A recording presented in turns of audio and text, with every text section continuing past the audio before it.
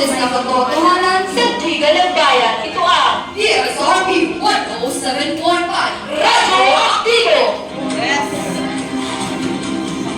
Magandang umaga Pilipinas! Ngayon ay araw ng Biyernes, Mayo 10, 2024.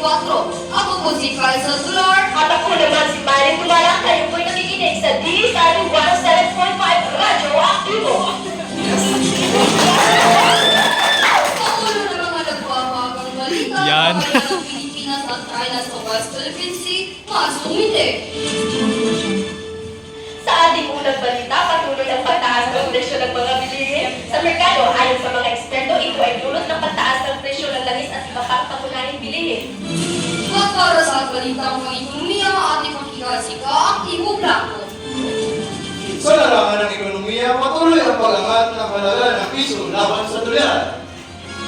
At para sa balitang sports, ating makikasika ang Ibo Rubili. Sa larangan ng sports, nabagi ang ating pambansang kapunan pagkatapos ng mga international basketball tournament.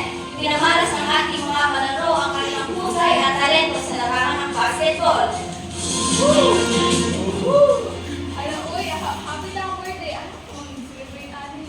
Nangita ba ka ang venue para sa birthday? Gago, kasalo ko ba bang pangkitabo?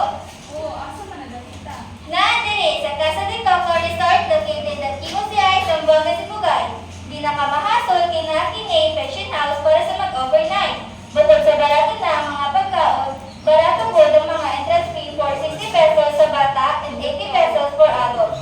Usapay mong ginunan, naandiri sa Casa de Coco located at Kimosiyay, Zamboanga, Sibugay.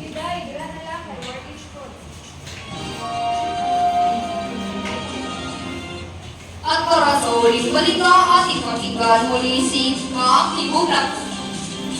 Nagkaroon ng malakas na lindol sa isang bahagi ng Luzon. Ayon sa Philippine Institute of Volcanology and Seismology o PhilVox, ang lindol ay may lakas na magnitude at nararamdaman sa mga karating lalawigan.